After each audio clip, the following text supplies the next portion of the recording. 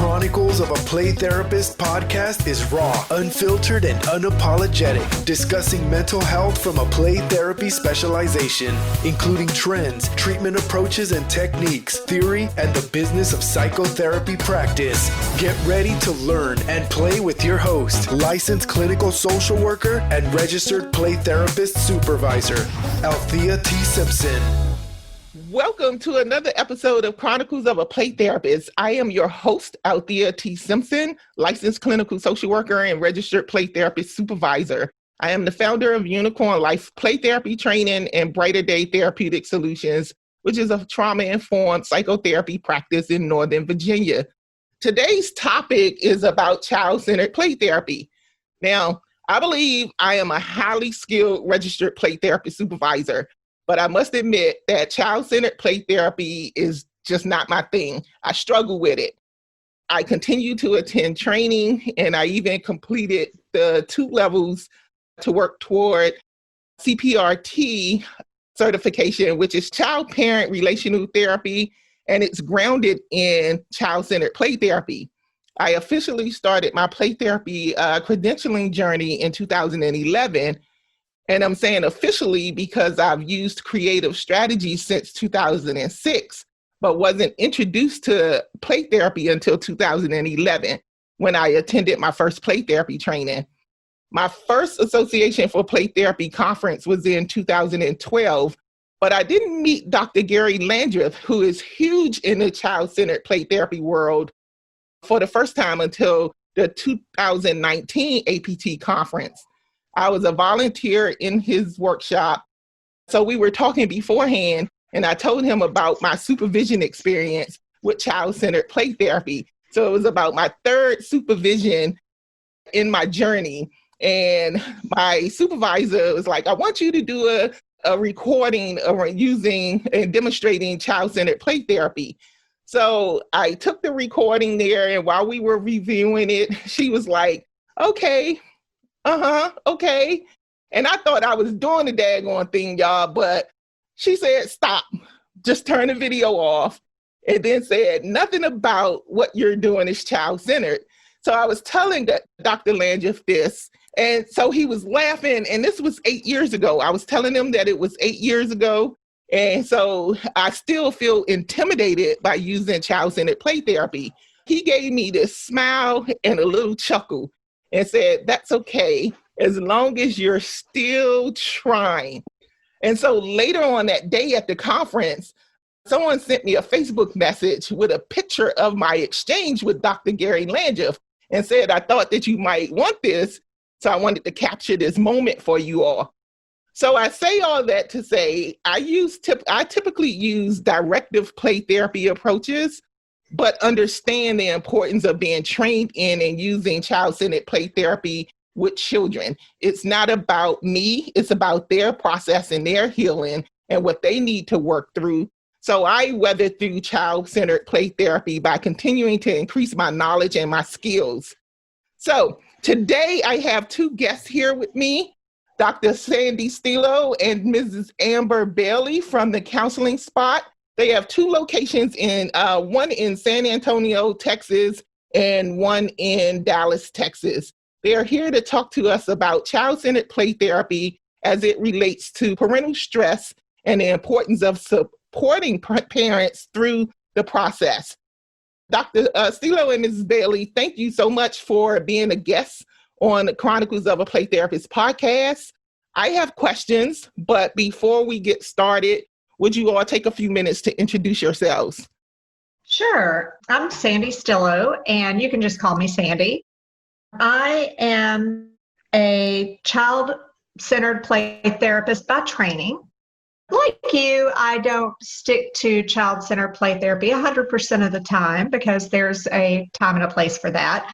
But I was trained in child-centered play therapy, and I've worked with children in the foster care system. I've worked with children from domestic violence when I worked in a domestic violence center, and I work with children in a private practice setting. And I'm Amber Bailey, and you can just call me Amber, of course. And I am also trained in child-centered play therapy, and I've worked with kids in foster group homes and in private practice. Well, thank you so much again for being here, Sandy and Amber. Sandy, you mentioned domestic violence and children in foster care. That's my primary population as well. And it is National Domestic Violence Awareness Month. So can you tell me a little bit about using child-centered play therapy with children who have witnessed the domestic violence or are in violent home life situations? I know child-centered play therapy is cited to be one of the best treatment modalities for children in domestic violence situations. Yes. When I was working with children who were currently in those situations, in other words, the domestic violence was still ongoing, the children were still living in the home, the therapy that I was doing, what I was seeing in children through child-centered play therapy, was really a lot of them being able to express what they were seeing without talking about it. They were able to essentially say and tell the level of violence they were witnessing. And similarly to the way that we as adults kind of feel that relief in saying it and getting it out and talking about it, you could see the stress decrease in the children when they were able to express it. When children are in that situation, they have a very high level of stress. They're not in a safe place, and they don't feel safe, and they don't feel grounded because they're constantly on high alert. And so the playroom is their safe place. So having in child-centered play therapy, we have the setting that gives them essentially a full hour or 45 minutes of complete control. They get to decide what they're going to do and within reason how they're going to do it. It's the only place they have that control. And so it brings a real sense of relief and groundedness and really clarity. They're able to purge a lot of that stress. And this by itself is therapeutic for them. And it helps them to process a lot of these thoughts that they're having in their head and a lot of the things that they've seen. The sad thing about it is they go back into that environment. Amber and I were talking earlier about, what that means afterward when they go back into that environment.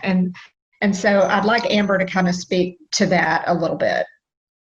Yeah, so oftentimes these kids, this is their only safe relationship because so much of it when they're in the active kind of trauma aspect of it, that they don't have a safe place to go to. And so they don't even know what it looks like. And we don't want to start trying to take their defenses away from them. We just really want to try to work on combining the aspect of building rapport of child-centered play therapy with giving them tools and skills in a little more directed fashion to help them navigate what they're experiencing.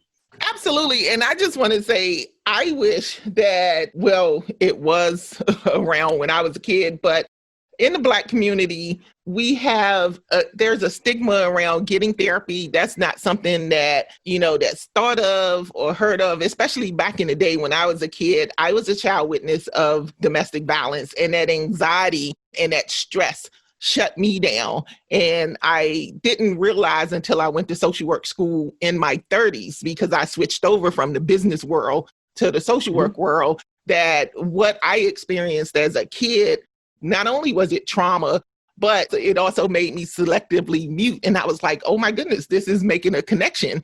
And going to therapy as a part of my social work program, it cleared up a lot of things for me and made those connections for me when I was a child and what I was experiencing being a child witness of domestic violence and also being psychologically and emotionally abused as a child. So I wish that play therapy was around, that I was exposed to play therapy as a kid because I see the benefits in my practice.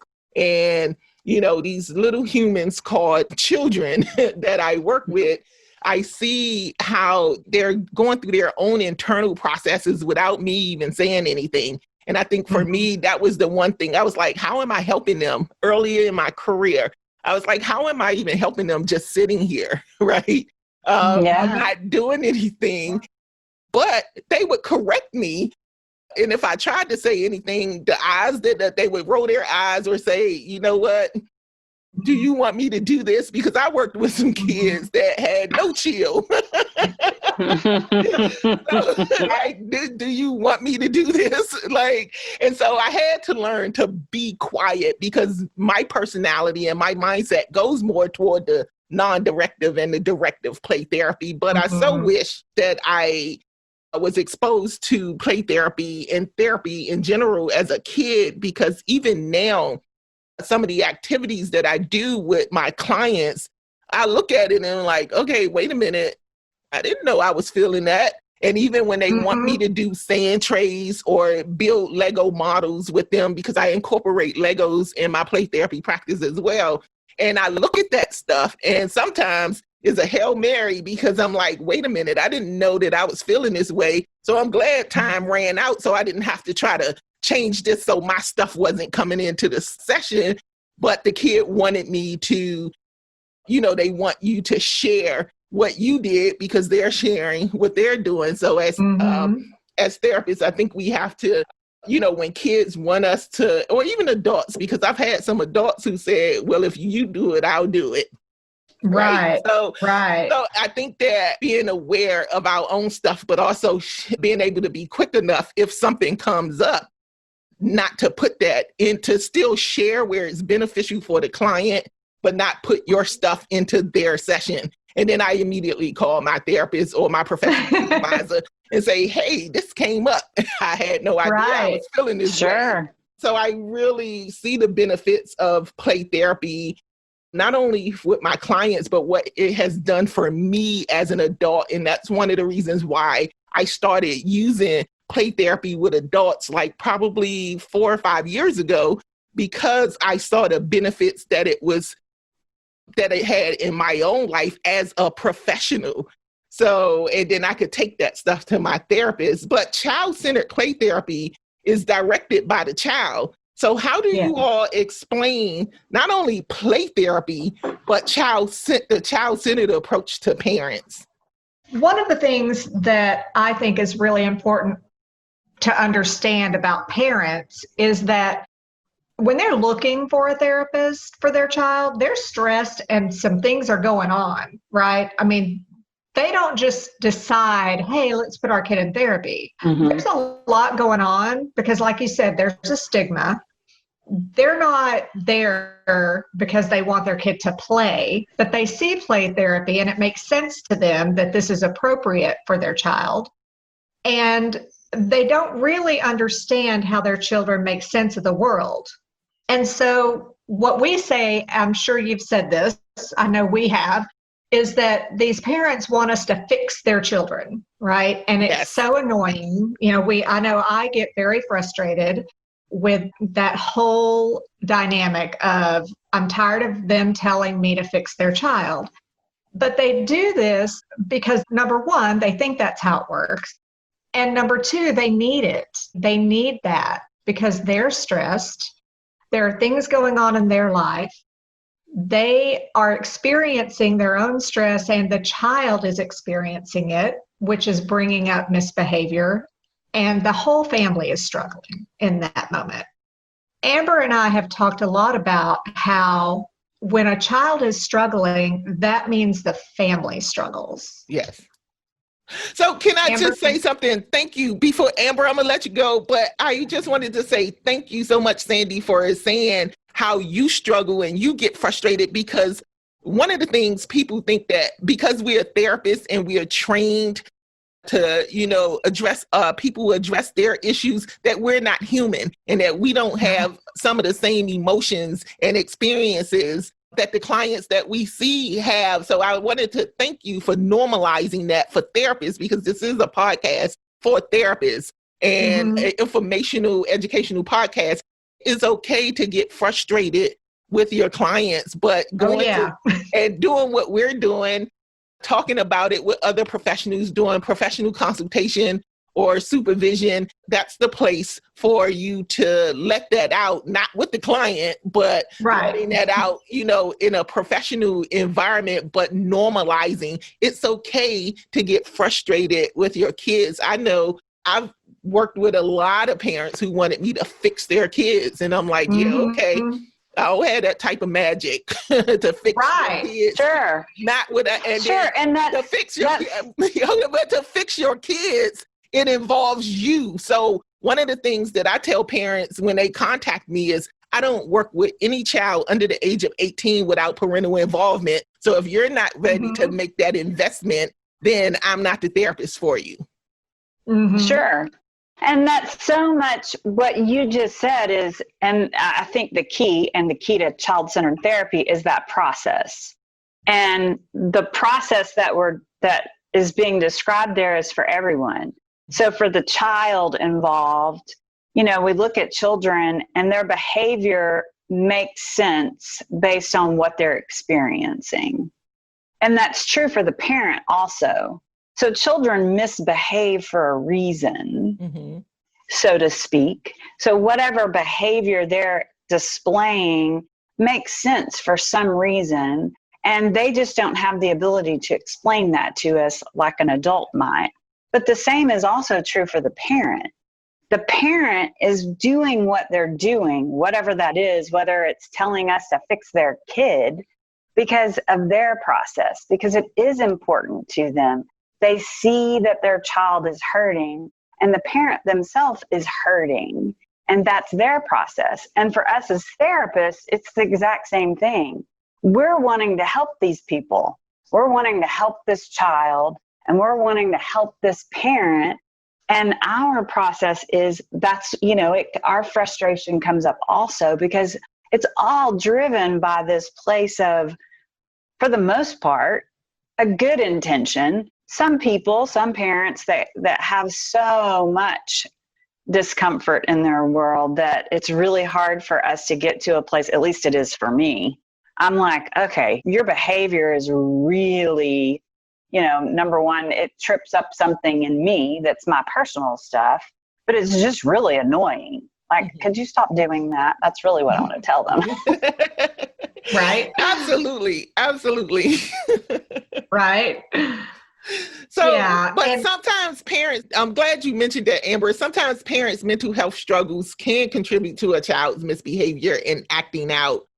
But I know you wanted to say something, Sandy, so I'm going to let you say something. But then if you all could address or speak to the mommy guilt and the mom shaming, because that's another side of the coin with parents who have children who have these misbehaviors or this acting out, especially in the school system. Parents get blamed. And I remember raising my 3 nephews as a single caregiver to keep them out of traditional foster care. And I needed a break. And no one would normalize that. And I was like, I shifted my entire life for them. I gave up my military career to raise them. But after about year 4, I was like, wait a minute, I lost my identity and who I was to be their caregiver. And so, but I always had them in activities. And then we had a program by Gateway. And so they learned how to program video games and all of that stuff. But these programs stay open until 7:00 at night, sometimes 8:00. And people was like, you let them be in school all day and then let them be in that program. I need a break. And so it was kind of like a shaming. So go ahead, Dr. Sandy, say what you want to say. But if you all could touch on that mommy guilt or that mom shaming that also comes along with children with difficult behaviors, because my youngest nephew, oh my goodness, he was a struggle for me. Yeah. And, I think that links back to this need parents have for us to fix their children. Because when a child is acting out, we feel it because people are noticing it. And we already have this mommy guilt and this mommy shame. And the more our children act out, the more we are embarrassed by it, the more we tend to think, oh, now everybody notices it. Now everybody's looking at me. Now everybody's judging me. And partly parents don't understand developmentally what's appropriate, that it's okay for children to do certain things. And part of it is, again, our culture, our society, the people who their situations are so entirely different from ours. They have no idea what it's like to be a single mom. They have no idea what it's like to take on 3 children in the middle of your life while you're pursuing your own career, and now you're having to stop. And you've chosen to do this, but it's still a huge disruption in your world. And we see the same thing with grandparents who they were retiring, and now all of a sudden they're raising their grandchildren. With the single moms who are having to start their lives over. We see it with the working moms who are working, even if they're married, they're working. And so helping parents, especially moms, understand that it's okay to live their life the way they're living it and parent the way that's right for them. And this is where working with the parent through the process while their child is in therapy, and this is the difference between parent consultation and doing therapy with the parent. A lot of play therapists, child therapists, really get stuck in that, oh, I'm not seeing the mother, I'm not seeing the father, those are not my clients. And they don't take the time to sit down and talk to the parents about their own struggles. And it's so important to do that because mommy guilt, all of this shame that they carry, that affects the child and it affects the child-parent relationship. And it is important to address that. Yeah, and that normalizing that balance that we have as parents between what we want for our children and being people, it's really easy for us to lose ourselves in that. And helping parents understand that, what works for one person doesn't necessarily, because we're all different people, children, adults, we're all different people. And there's not like a cookie cutter way to do it. Losing yourself, that's what happened to me. And I wasn't intending on making this podcast personal, but this is just where the conversation is going. And I think that if some parents are listening, or even parents who are therapists that are listening and feeling this, I lost myself in my nephews because I thought that that was the only way to make sure that they were okay. And so in making sure that they were okay, I lost myself. I changed careers. So not only did I give up my military career to raise them, I didn't start a PhD program where I got my MBA. My professor was like, you're going to get your PhD. And I was like, oh, I ain't no PhD money. And he was like, I got you full sponsorship to the World Bank. All you have to do is pick a business program. Sure. And get accepted. And so not only did I didn't do that, I gave up my military career and my life became about my nephews. And I had no idea that this is like, there are ways to parent. And I was working at the American Psychiatric Association before I switched over into social work. And so I would leave work as soon as I got a call. And thankfully I had been there for almost 5 years. I was there for almost 5 years. At that time, I had been there for almost 4 years. And so I never really took off work or anything. So they were very helpful in understanding. My nephew, I would leave work every time I got a call to go to the school to address his behaviors. And, not knowing that you can wait till the end of school year. You don't have to go every time. In the school day, you don't have to leave work every time. So there were so many things and I felt guilty if I didn't address it. I felt bad for the school, but I also felt bad for him because of what he was going through. But it was a lot of shame attached to parenting them and then losing myself. And then we had to go to family therapy because then some resentment started coming up for me somewhere around year 4.5, 5, because I raised them for 8 years. They were 6, 7, and 11 when they came to live with me. And so, Wow. but family therapy helped because the family therapist was like, he called me on my stuff too. And he was like, stop running your household like you still in the military. and I was like, sure. It sounds like your place that you were coming from was you really wanted to help your nephews. Absolutely. Yeah. And that's why I say so many things that switching from business to social work really helped me in my personal life, but also helped them too, because then I started understanding a lot of the things, because when I got them, I didn't know about a lot of trauma and all of those things and stuff. So, but it wasn't until I switched over to social work. I think I had them in my home for about 2.5 years when I went to social work school. But then as I started working in the field and learning about trauma, I was like, oh my God, this is what it is. Let me get us into some therapy. Right. So you can imagine, how many parents have that opportunity like you did. Most of them don't get to go. I mean, I know for me, that same thing happened. I had my son in play therapy, and through that process, I realized, wow, look at my life and how I got here. And wow, I probably need to look some more into this. And I ended up being a play therapist and worked through a lot of my own childhood history through my program in learning to be a therapist. And, so when we think about that, we need to be that education for the parents of the children we see. And we can't guarantee they're going to go to therapy. A lot of them don't. So our parent consultations are where we do that. That's what those need to be about. And you described that mommy guilt that you felt and the shame that you felt. And I think that's, what you were doing and how you described losing yourself. It sounds like, again, you were trying to do all the right things. Yes. And that is what parents do. They try to do all the right things, and they wear themselves out and they stress themselves out. I know parents who come into my office, they have read all the books. They've read every book every friend has given them. They have tried to take every bit of advice that their parent and mother-in-law and sister-in-law and best friend and church group has given them.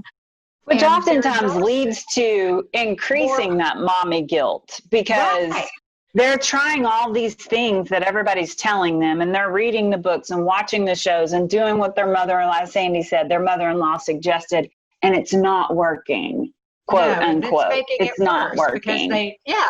It's making it worse because they're trying it and it isn't working. And part of that healing from that is to help them come to the place where they get to decide, what is my parenting style? What do I need? And what am I actually doing just because I think I'm supposed to? So and you all mentioned the parent consultation. So can you all talk a little bit more about the difference between therapy for the parents and parent consultation when you're using or working with children, especially around the child-centered play therapy model? Sure. The big difference is we're really assisting the parents. Number one, oftentimes they believe that the consultation is about us telling them what's going on with their child, and that is a huge aspect of it. But we also want to get information from them. What are they seeing that's different? What's working? What's not working?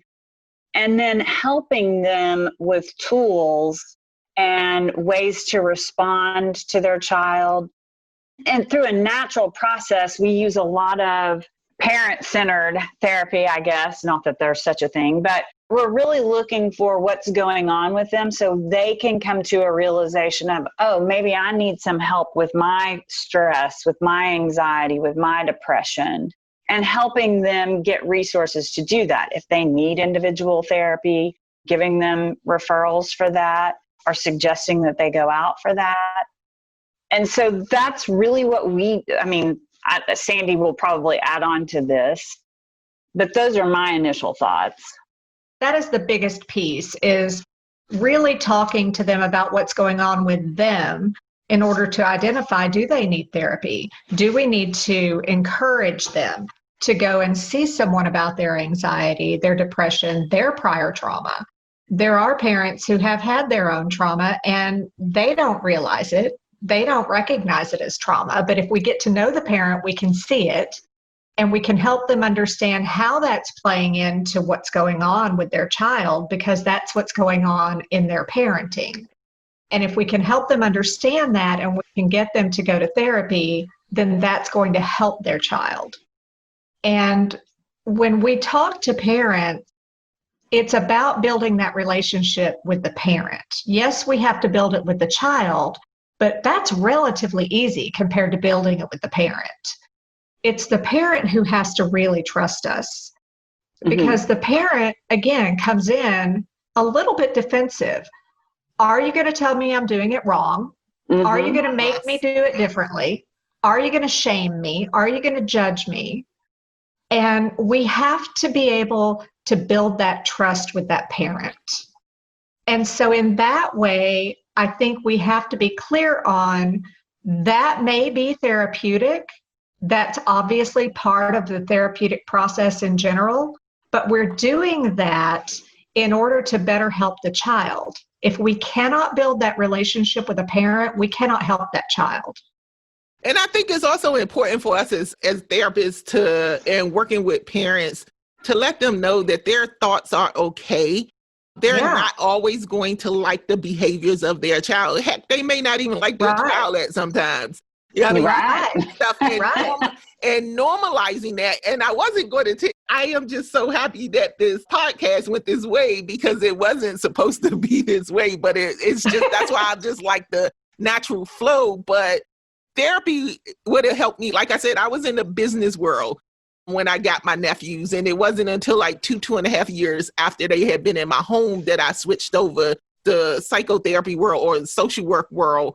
But when I was switching, when I decided to go to social work school, I told my nephews, I was like, listen, we're going to take one last big vacation, because for the next 2 years, we are only going to be able to take mini vacations, like overnight trips or weekend trips. And so we went to Canada. And so my nephew's behaviors was challenging. And if he listens to this podcast, just know I love you, but he never do this. I will always love you. I loved you then. I love you now. because what I'm about to say, I felt a lot of shame. And I felt a lot of shame for a long time until I went and addressed it in my own therapy. But his behaviors were so that when we were on the Maid of the Mist, and so that's the boat that takes you through Niagara Falls, and he would not listen. And I felt so ashamed that the thought came to my mind was like, if I just bumped him and he fell in, they would think that he wasn't paying attention and he jumped. I felt so guilty. Let me tell you. So we went to the amusement park because we had a pass for every day. We were there for like 8 days. We had a pass for the amusement park. He rode this one ride over and over and over again for almost an hour. And his brothers was like, can we move on? But I felt so guilty for thinking about if I bumped him into Niagara Falls. He was able to do that. But in therapy, having been in therapy, if I was in therapy then, that would have normalized it. And for those that he was 7 years old, he is now 23. So clearly I did not push him into Niagara. Nice. But you know, it's possible that he maybe had some thoughts about you that way too. Absolutely. And you know, if you were a parent, if I were his therapist and you were a parent in my office and you told me that, I would have said, absolutely you wanted to do that. He was driving you nuts. Absolutely. Exactly. He was driving me nuts. He was driving his brothers nuts. It was like, and I'm just like still saying to them, but then I had to realize, I was like, and they used to try to get away with stuff, but what I had to learn about him, it was trial and error. And I think it made me an effective therapist working with children and families and children who are traumatized and children who have difficult behaviors, because I didn't have therapy. And a lot of the stuff that I tried with him was off the cuff. It's like, let me see if let me see. Well, the reality is that parenting is hard. It is. It is. It's hard. Even as a therapist, even when because like I said, I raised them until they became adults. So I had them for 8 years. So I was a intensive community-based worker, and it was still challenging for me, but that's why we had our own therapists. I didn't try to do therapy with them. I wasn't going to try to do therapy with them. But going to therapy and going to family saying, let's do family therapy, because the system tried to get them in and out of therapy, but there were so many issues, like the parents still having their rights and didn't want them in therapy, or they didn't want to go. So it was a lot of stuff that had my hands tied that was frustrating me too. So, but imagine the things that parents go through and they are not trained. So we can't try to do therapy with our own families and our own kids. I would say, even as a therapist who's struggling and having kids, and I'm just transparent. I'm very transparent about what I do, because what we do is serious. And so trying to, just encouraging therapists that if you're struggling with your child, it's okay. And because you're a mental health professional doesn't mean that you're a bad parent because you need help. Right, exactly. You don't stop being a human being and a parent just because you're a trained therapist. They're two different things. Yes, exactly. And as you're describing, every child is different too. Absolutely. And just because you had an easy time with one doesn't mean you're doing it wrong with the other. It just means that child is different. Yep. And my nephews, I had to explain that to my nephews once I was like in this world and working with children and families and learning that I had to treat my youngest nephew differently than the two of them. So his day, it finally clicked that I had to reset his day every day. I could not ground him for 2 or 3 days because he would up the ante. Like, I can't do this. Then let me up the ante. And I'm like, what is wrong? Oh my gosh. And so and the other two was like, well, why does he get away with this, that, and the other? And I'm like, he's not getting away with it. It's just that I have to parent you all individually because you all are individuals. And was it tough? Yes. Was it stressful? Yes. 3 kids, different trauma presenting in different ways. Yes. And I was just like, I have to parent you all different, but that doesn't mean that you're getting away. No, you're grounded for 3 days because you're not him. He gets a reset, but we also sat at the dinner table and talked about our day and what was bothering them. And I also let them come to me. I was like, as long as you're respectful, you can come to me with whatever it is that you want to come to me with. And I'm going to listen. Doesn't mean it's going to turn out in your favor, but I'm going to listen. And I remember my nephew he turned 16, the oldest one. And one day I was like, what is wrong? Why can't you all just do what I asked you to do? It's not that hard. And he was like, Auntie, it is hard when you bring your work home with you. There and you go. And I looked at him and I was like, out of the mouths of babes. That's right. And I was like, wait a minute. In my mind, I was like, who the heck he think he talking to? But I listened to him because that was like, I told them you can come to me as long as you're respectful. And the thing is, he was very respectful. So how can I be upset with that? Right? I couldn't, so I had to go through my own internal. But what it did for me is to start coming home and hitting a reset before I even interacted with them. And I had to explain to them that I see what you all don't see on a level where kids are getting hurt, they're getting harmed. And this is why I have this rules and boundaries and limits set for you all. But I also had to realize that I couldn't hold them in a container or, keep them from experiencing being a kid or a teenager because of what I saw every day at work. Right, exactly. Yeah, children they know what they need. And if they're in a safe place, they can tell you. Yes. I also thanked him because it made me institute self-care practices for myself. When I was, like I said, the biggest thing was resetting myself before interacting with them. I would come home, I would start their dinner. They knew their whole routine of homework and reading before video games and stuff. And I took that time to reset myself. And I told them, if the house is burning down, that's when you come get me. If somebody's dead, I can't change that. So we'll deal with it. We'll deal with it when I finish my self-care. Well, that's really what we're trying to get parents to do and to understand and to feel safe to do when we're talking about parent consultation. We're trying to get them to that level where they can take care of themselves so that they can take care of their kids. Absolutely. That's really what we're trying to do. And as mental health professionals, not shaming parents or judging them for being honest, knowing the difference when a parent is just expressing, trying to word vomit and express how they're feeling versus what they're going to do if they're going to actually bring harm to their child. They just need to let that out, and we need to know the difference. And we know the difference by what we do is relational, right? Right. And so developing that relationship for you to be able to ask the parent, like, hey, I just want to check in to make sure you're okay. Because there have been times when I had to check in with a parent that was word vomiting or expressing how they feel about their child. And I was like, okay, so can we take a pause? I just need to check for safety here. And I was like, no, I'm not hurt my child. I'm just saying this, allowing them that space to be able to say that. Because like I said, I always say this, the work we do is relational. So can you tell us a little bit about the importance of the parent's relationship with the therapist?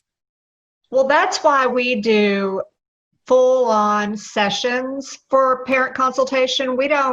I used to do the 10 minutes after the child session kind of a thing, or 10 minutes before, but that didn't really lend itself to building that relationship with a parent.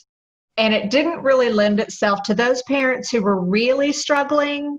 10 minutes was not enough to really give them the opportunity to share what you're talking about. Those moments where they were just at their wits' end and having those thoughts that, again, they weren't serious about hurting their children, but they were really struggling. So we do parent consultation as a separate session just for parents.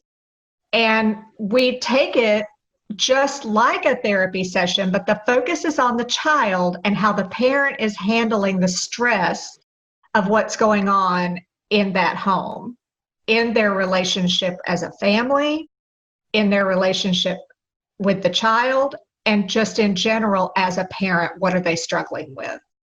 And we listen to that like we would a client. Yeah, because we come from the place that they want this to be different. They're in our office, and so they're looking for help. So whether they're bringing in their frustrations, we want to hear those frustrations because it does impact the child and it does impact the parent, and they go together. We can't look at one without looking at the other. We can't sit with one without sitting with the other, because it is a dynamic between the two of them, or three of them, or four of them, or how many ever there are. Absolutely. So how would listeners be able to get in contact with you, or other therapists make referrals to you, whether it's in your San Antonio office or your Dallas office? We have a website, which is www.thecounselingspot.com. We're on Facebook. We're on Instagram. And we have Psychology Today pages for our group and all of our therapists.